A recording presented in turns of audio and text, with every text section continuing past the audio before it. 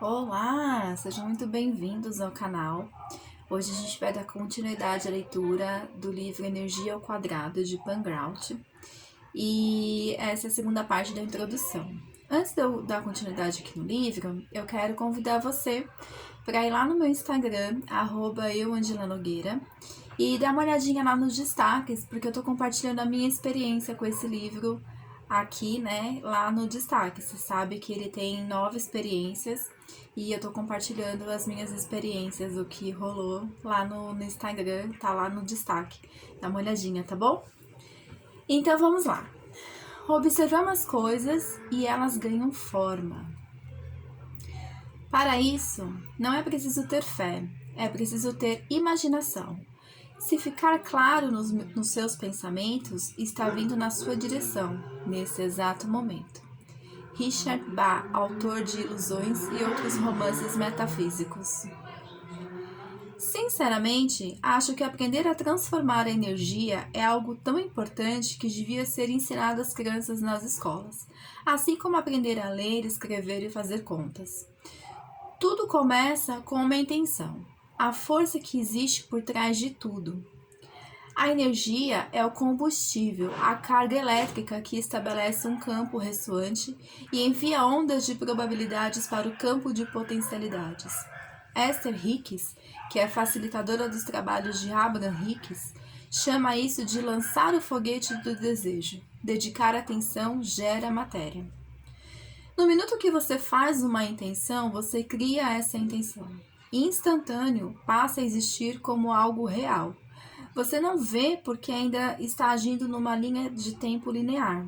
Você ainda está preso ao velho adágio que diz que criar coisas leva tempo.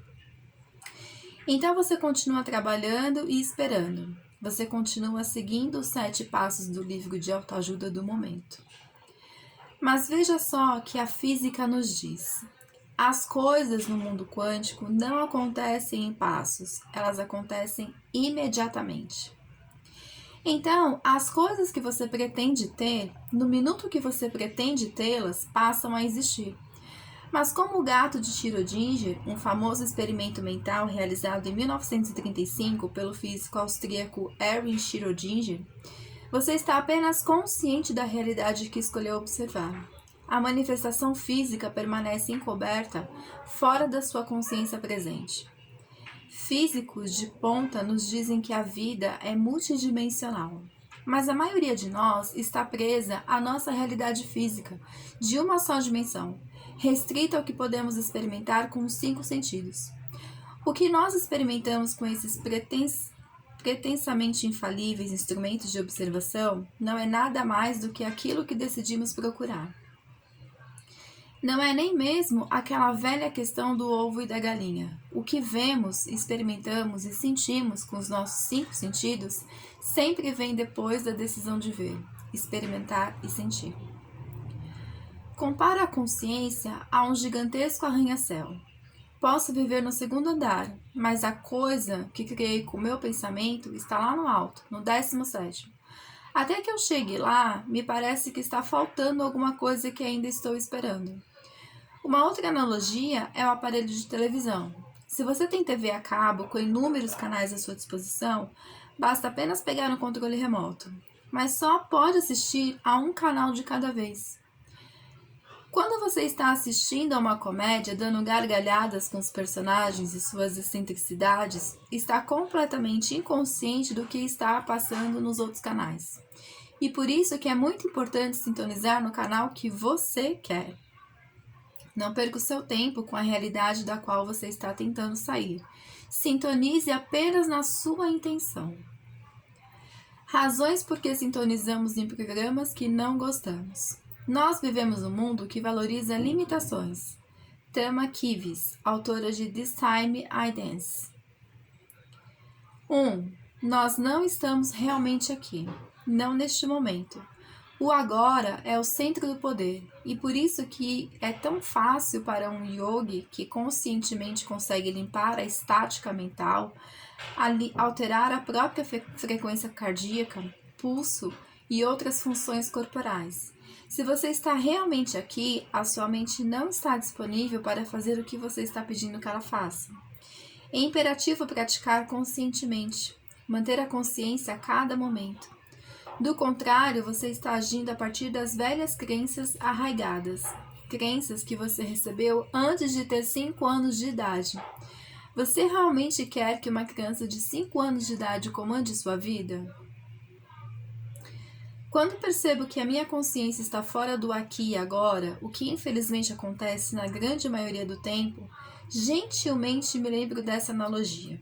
O motorista do Sedex entrega na minha casa tudo o que eu quiser, mas se eu sair de casa, não vou nem perceber que isso aconteceu. Estarei por aí, procurando substitutos insignificantes para o que eu realmente quero. Todas as coisas já estão aí, desde que eu traga a minha consciência de volta para a intemporalidade do agora. 2. Nós achamos que é muito difícil. O poder de criar a realidade com os nossos pensamentos é algo muito fácil e simples. Não há o que discutir, mas continuamos a dizer aos nossos amigos e especialmente a nós mesmos que é difícil ou que ainda estamos tentando conseguir. Apenas repare nos próximos dias com que frequência você afirma que é difícil ou que é um grande desafio. Preste atenção com que frequência você diz: as coisas sempre são assim, ou isso sempre acontece na minha família. Passamos tanto tempo falando sobre o que não funciona que perdemos o ponto central, isto é, que nós temos o poder de criar algo exímio. 3. Nós espreitamos a negatividade. O que nós estudamos? Doenças, problemas e calamidades do passado. Para o que nos preparamos? Emergências. Nós adoramos mergulhar nos problemas e nos perguntar o que está errado. É um velho modelo que precisa ser totalmente transformado. Uma vez que a gente começa a procurar pelo que está certo, as nossas vidas vão começar a se movimentar em inimagináveis e emocionantes novas direções. E aqui está a verdade. Toda coisa errada que, na verdade, não é nada mais do que um julgamento precipitado, tem um outro lado. A falta é o outro lado da abundância. A doença é o outro lado da saúde. Ambas as ideias existem ao mesmo tempo.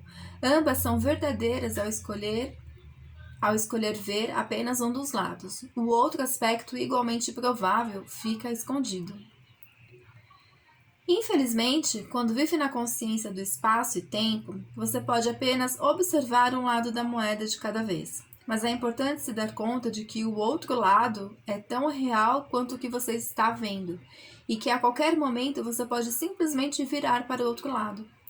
Os opostos, como abundância e falta, por exemplo, são ambos verdadeiros, e uma questão de em qual realidade você prefere viver. 4. Puxa vida, nós achávamos que tinha entendido. Uma vez que você define alguma coisa, não a questiona, uma vez que você sabe alguma coisa, ela se torna realidade. Mas saber alguma coisa é excessivamente restritivo, falando quanticamente, isso provoca um colapso da onda, não deixando espaço para o mistério, para a maravilha e para as novas descobertas. Pense sobre isso. Se você está carregando um livro numa das mãos e na outra uma sacola do supermercado cheia, não há como pegar mais nada. Você pode ter muito conhecimento e uma série de diplomas emoldurados e pendurados na parede do segundo andar daquele arranha-céu. Mas lembre-se de que existem vários outros andares, ou seja, dimensões. E tudo o que você sabe pode bloquear as potencialidades. 5. A nossa mente é tão poderosa que pode criar algo fora dela que seja mais poderoso ainda. Essa é a razão pela qual é essencial, quando for fazer as experiências, suspender o julgamento por tempo suficiente para acreditar que elas vão funcionar. Se você está convencido do monte de bobagens tamanho família em que acredita, vai reunir dados que apoiem o seu ponto de vista. 6. Nós não praticamos de verdade.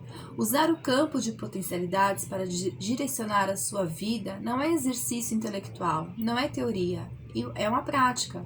Como aprender as escalas musicais ou a jogar ping-pong. Um grande jogador de futebol pode começar a brilhar em campo aos 18 anos, mas já acumula anos de treino e de outros jogos e ainda dedica boa parte do seu dia a se exercitar fisicamente e treinar. Você não pode saber a sabedoria, você só pode ser sábio, e é aí que este livro entra. Escolhendo outro canal. Emancipe-se da escravidão mental. Ninguém a não ser nós mesmos pode libertar as nossas mentes.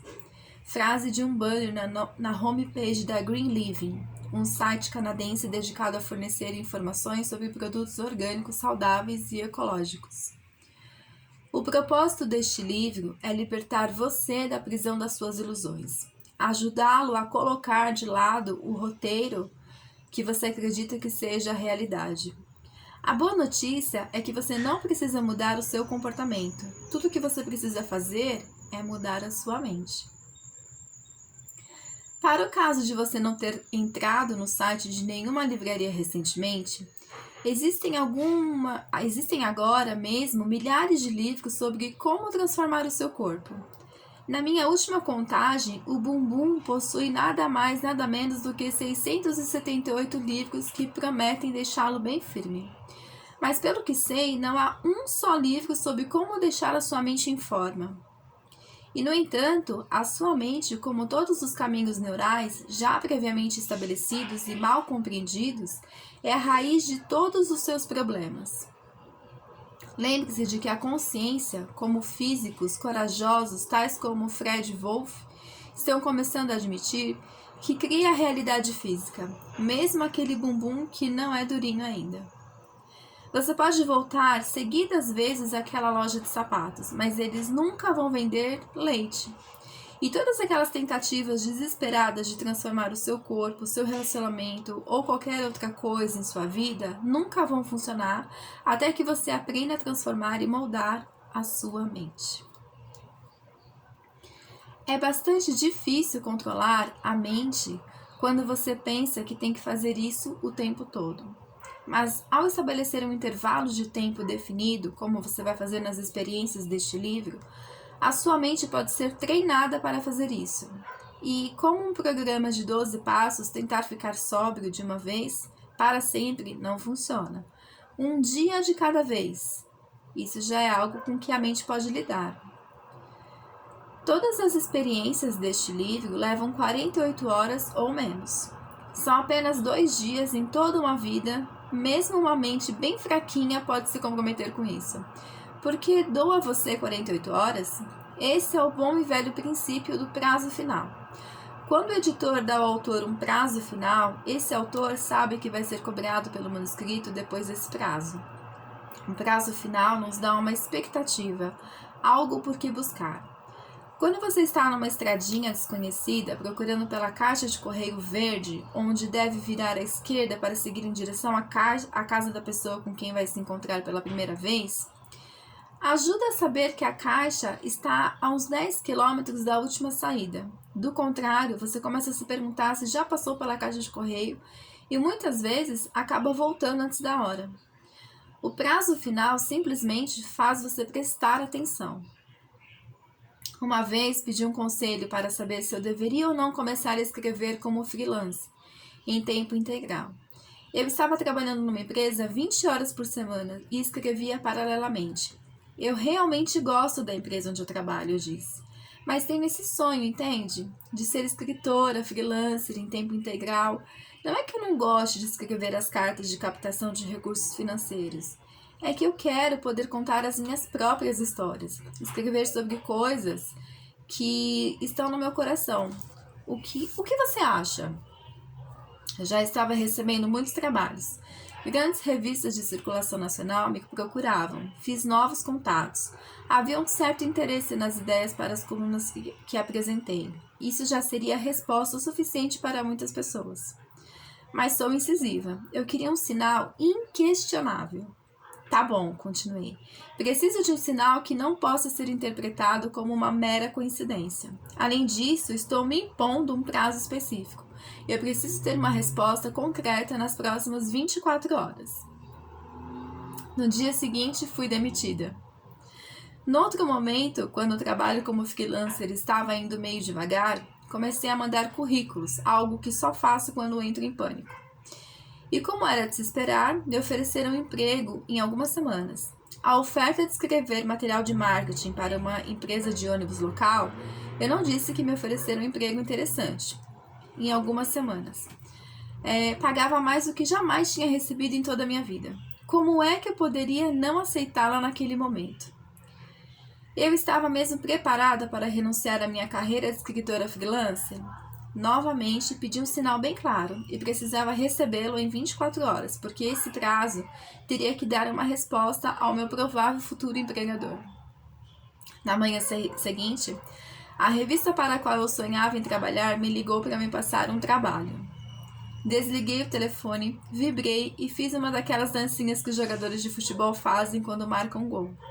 Mas a minha orientação devia estar com a vontade de se mostrar naquele dia, porque nem 15 minutos depois, uma outra revista da qual nunca tinha ouvido falar, quanto mais entrado em contato, me ligou, querendo que escrevesse uma história sobre os Sticks de Kansas City. Tive que telefonar e dizer ao meu provável futuro chefe: obrigada por pensar em mim, mas não, obrigada. Estar no reino dos céus, como um curso em milagres propõe, é apenas forçar a sua atenção completa naquilo que você deseja saber. Você só tem que estar disposto a compreender a mensagem. Normalmente, as nossas mentes se dedicam às coisas que não queremos. As nossas intenções positivas ocupam nada mais do que uma parte minúscula das nossas mentes. O resto fica focado em problemas que nós esperamos que as intenções eliminem. A maior parte do nosso poder mental se dedica às velhas crenças de escassez, problemas de relacionamento e num Deus que lança bolas de fogo do céu. A razão pela qual 99,9% da sua cabeça ainda se dedica às coisas que você não quer é porque essa é a configuração padrão do mundo, que se define como normal. A configuração padrão do mundo vê as notícias sobre enchentes e terremotos, ouve histórias sobre os ataques epiléticos de alguém que você conhece e diz: "Tá vendo só o que eu vivo lhe dizendo?" E praticamente impossível superar essa configuração padrão do mundo, mesmo que você saiba, ao menos teoricamente, que um outro caminho é possível. Pensemos, por exemplo, na possibilidade de ficar sem dinheiro. A maioria de nós concorda que não quer de jeito nenhum ficar sem dinheiro. Então, o que fazemos? Nós nos dedicamos a evitar isso com todas as nossas forças. Trabalhamos horas e horas. Ligamos para os nossos gerentes do banco, lemos livros e artigos sobre como enriquecer, completamente alheios ao fato de que, ao tentar ficarmos ricos, estamos dedicando a nossa atenção à ideia de que não somos ricos. Ainda, consequentemente, decidimos antecipadamente que estamos sem dinheiro. Se apenas dedicássemos a nossa intenção a nos sentirmos ricos, a sermos gratos por todas as riquezas já presentes na nossa vida, por exemplo, a nossa família e os nossos amigos, a ideia da possibilidade de ficarmos sem dinheiro desapareceria. Nós apenas experimentamos isso porque dedicamos o nosso pensamento a isso. O que mostra como a nossa mente é poderosa. A minha amiga Carla acredita firmemente que quando a gente se sente sem dinheiro nenhum, deve sair para fazer compras imediatamente. Você dá logo uma chacoalhada na cabeça, acho que é assim que ela explicaria. Tentei fazer isso uma vez, uma viagem para a ilha Mackinac, em Michigan. Eu estava começando a minha carreira de freelancer, ainda sem muita certeza se conseguiria me equilibrar financeiramente. Fiquei no luxuoso e tradicional Grand Hotel, ligeiramente consciente de que as roupas que tinha jogado dentro da mala no último minuto não fazia jus ao guarda-roupa da Jane Seymour no filme Em Algum Lugar do Passado. Inteiramente rodado naquele hotel, nem os hóspedes atuais mastigando com elegância os biscoitos que acompanham o chá, servido no salão principal. Era nítido que eu estava muito mal vestida. E os jantares com os homens de terno e gravata ainda nem tinham começado. Fui meio sem vontade até uma loja e os meus olhos se deixaram atrair por um vestido de seda deslumbrante. Uma olhada rápida na etiqueta do preço me deu a prova definitiva de que aquela maravilha estava muito além do meu orçamento, na verdade. Era 4 vezes mais caro do que eu normalmente pagaria no vestido. Foi então que eu soube que tinha que comprá-lo. E tinha que agir como se fosse a escritora freelancer bem-sucedida que eu queria ser. Comprei aquele vestido sabendo que estava pavimentando o caminho do meu sucesso financeiro na minha nova carreira. Como um cachorrinho desobediente. Todos pensam em mudar o mundo, mas ninguém pensa em mudar a si mesmo. Leon Tolstói, escritor russo.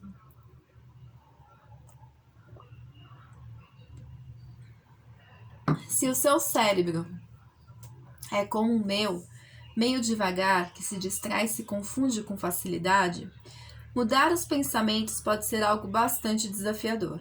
Gosto de compará-lo a um cachorrinho muito desobediente. Você o leva de novo para fora de casa e lhe mostra uma realidade diferente, até que ele finalmente percebe: uau, tem o mundo inteiro aqui fora! E é muito mais divertido fazer xixi nas árvores, nos arbustos, nos hidrantes do que nos chinelos velhos e esbeiçados da Pam. A sua mente vai ficar impressionada com a beleza que está disponível quando você coloca essa beleza em foco. Uma paz profunda vai surgir. Grandes ideias vão se materializar e florescer. A alegria vai tomar conta de tudo. A única coisa que você precisa fazer é dedicar a sua atenção apenas ao que você quer. Se você quer paz, pense em paz. Se você quer amor, pense em amor. Se você quer um par de sapatos Jimmy Choo, pense em um par de sapatos Jimmy Choo. Não pense que a paz parece impossível, nem que o amor parece efêmero, nem que não há dinheiro suficiente na sua conta para comprar um par de sapatos Jimmy Choo. Mantenha os seus pensamentos focados no que você quer. E toda vez que o cachorrinho começar a ir na direção dos seus chinelos velhos, pegue-o e leve de volta lá fora. No filme Chamas da Vingança, Denzel Washington interpreta um ex-agente das Forças Especiais que se torna guarda-costas de Pita, a filhinha de 9 anos de um empresário mexicano riquíssimo. Apesar do personagem de Denzel tentar não se envolver muito naquela situação, acaba se tornando uma espécie de figura paterna para Pita, ajudando-a nos deveres de casa e a voltar para a equipe de natação da escola. Uma atividade que ela gosta muito, mais do que das aulas de piano que o pai insiste que ela faça. Enquanto Pita está nadando, Denzel fica gritando, repetindo a mesma pergunta: preparada ou despreparada? E Pita grita de volta animada: preparada! Então eu vou fazer a mesma pergunta: o seu cérebro está preparado ou despreparado?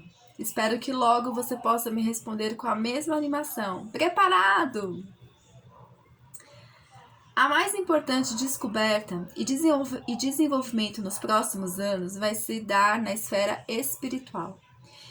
Existe uma força, e a história mostra isso muito claramente, que foi a mais importante no desenvolvimento do homem, e no entanto nós temos apenas brincado com ela e nunca a estudamos seriamente como fizemos com as forças da natureza física. Algum dia as pessoas vão aprender que coisas materiais não trazem felicidade e que são de pouca serventia quando se trata de fazer homens e mulheres criativos e poderosos.